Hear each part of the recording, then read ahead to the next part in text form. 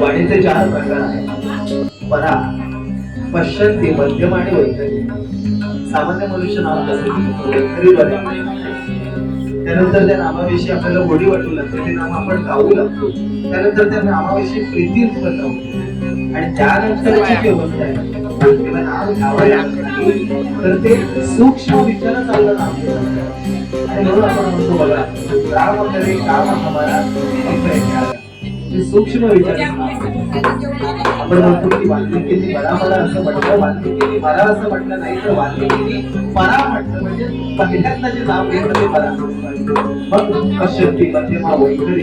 म्हणजे बाहेर येताना ते राम असं बाहेर.